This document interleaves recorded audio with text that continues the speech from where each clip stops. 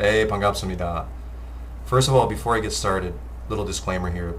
This video is really just addressing single people. I don't want to muddy the waters and make a broad stroke and just include everybody. This isn't for people who have other responsibilities or dependents or things like that. So just for single people.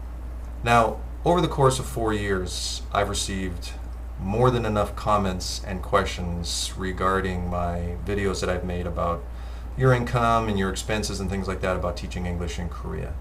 Now, when I first came to Korea in 2011, I was actually at the lowest rung of the pay scale with Epic, and that comes out to actually a little less than $1,600 each month. Now you add to that your free apartment, and it comes out to around $2,000 per month.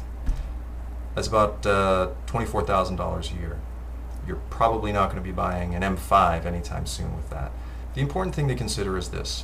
Many people, I'll even go so far as to say most people, tend to rise to their income levels. Make a little bit more money, buy a little bit more stuff. Well, the thing about it is, in America, the average person is in $7,000 of credit card debt alone. That's because they've actually gone higher than whatever their salaries are. And this is before taking into consideration auto loans and mortgages and things like that, and all the expenditures that go along with maintaining a home or a car. And those come out to huge monthly expenditures. And this is before even taking into consideration the whole notion of injecting travel into your life. In Korea, you're not going to have a car. That means no car payment, no insurance, no gas, no tires, no oil changes, no brakes, no nothing like that. No worries. You're also getting a free apartment, so that means you don't pay rent. For those of you that have a mortgage or are considering a mortgage, you're not going to have to pay a mortgage. You're not going to have county taxes. You're not going to have homeowner association fees or any of the other things that come along with maintaining a home. Also, for Americans, your first 2 years in Korea are tax exempt. And you also don't have to pay taxes to the IRS. You just have to file a couple forms. Here's the thing, all these numbers really don't mean anything because everybody is at a different income level.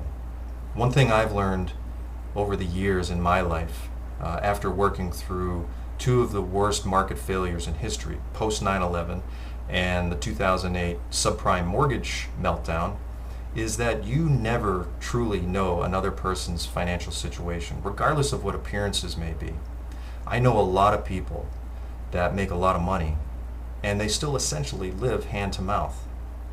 All it would take is another bad market to expose them. The way I personally look at the situation is at 30,000 feet, and this is what I mean. The average English teacher in Korea, the bulk, the gist of them, takes home around $1,500 each month. Now there's some that make more, there's some that make less, but the main bulk take home around $1,500. This is after all of your major deductions like taxes, health insurance, pension, lunches if you're with the public schools, and I'll even say utilities, which comes out to about $100 on average. Again, some are more, some are less, but over the course of 12 months, it's generally going to come out to around $100.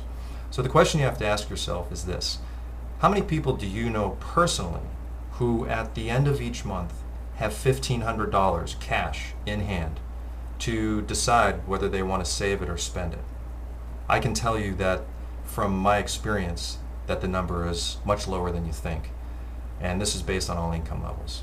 This is why so many, you see so many new graduates come to Korea, pay off their student loans, they're able to travel and still save a few bucks. Again, like I said, probably won't roll up to any nightclubs in Korea in a new Beamer or dressed in Armani clothes or whatever, but who cares? Teaching English overseas is not necessarily supposed to be about the money, but if you're in Korea, it's really not a bad deal for a while. Anyway, let me know what you think. Thanks for watching. See you next time. Peace.